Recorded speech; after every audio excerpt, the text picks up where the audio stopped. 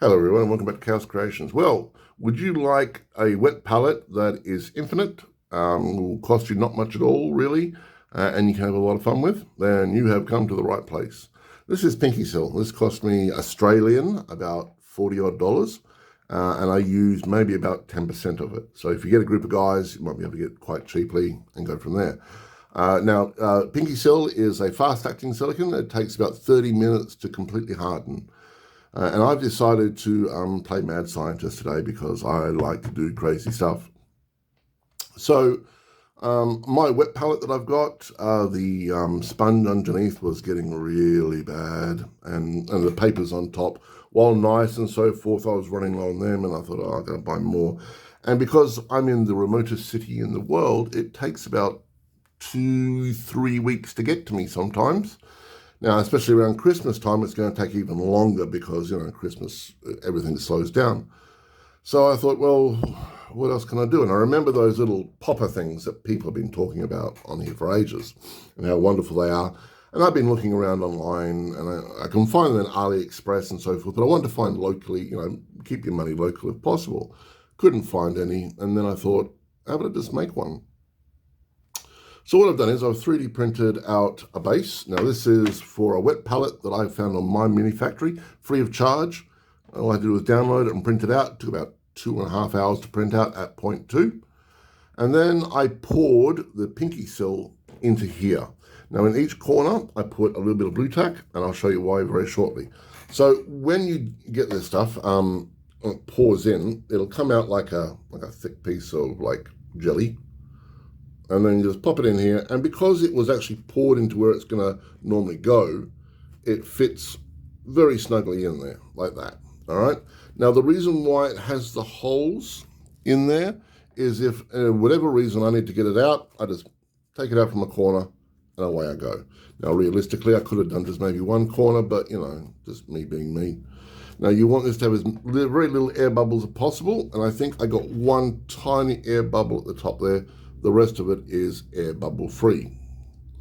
Now, what you do is, because it's silicon, nothing will stick to it except for silicon. So paint, in theory, doesn't stick to it.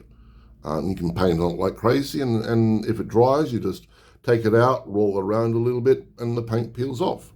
But it also has some other properties. So let's say, for argument's sake, I'm doing some painting, and I'm going to sneeze very shortly, I think.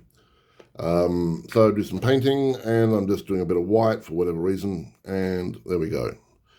Now, that will stay on there for as long as it needs to be, within reason, and then once it dries, like I said, you can peel it off.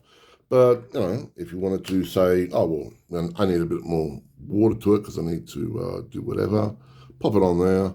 Now, something interesting will happen when you try to streak it or move it across. Watch this. And it sort of shrinks down alongside of it, all right? It just does it naturally. So all you need to do is basically just scoop it up with your brush, and away you go. You can mix it back in and so forth. There's no harm to it at all. The paint's perfectly fine. So let's say you've done your painting and all the rest of it, whatnot, and you're finished. You can just grab yourself a wet towel or a wet piece of cloth, whatever, and then like that, and you just pop it on there. Voila, and it's gone. And then you can put more paint on there and whatever. Now this frame, it took me like 2 hours-ish, PLA plus. Strong, sturdy, and waterproof. If I wanted to, I could even put a piece of rice paper on top of that if I really wanted to, and use that. But this stuff is hardy as all hell. Like I said, PinkyCell won't ever stick to PinkyCell, so it's pretty handy. I do find it is a little bit of a magnet for dust and dirt, so you give it a good wipe down every now and again just to make certain. But yeah, I could put a bit of spray, a bit of water on there, pop down a bit of rice paper or something, and use it perfectly fine. And this won't get dirty forever because, like I said, it'll just dry up and just peel it off or wash it down with a wet cloth, and it's very handy. It also does have a little brush holder. Now, the brushes hang off the side like that.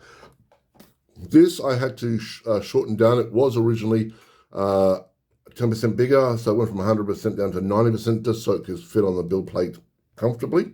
I guess I could have made it if I really wanted to, but it is what it is. It's a nice build plate. It's a nice wet palette size for me.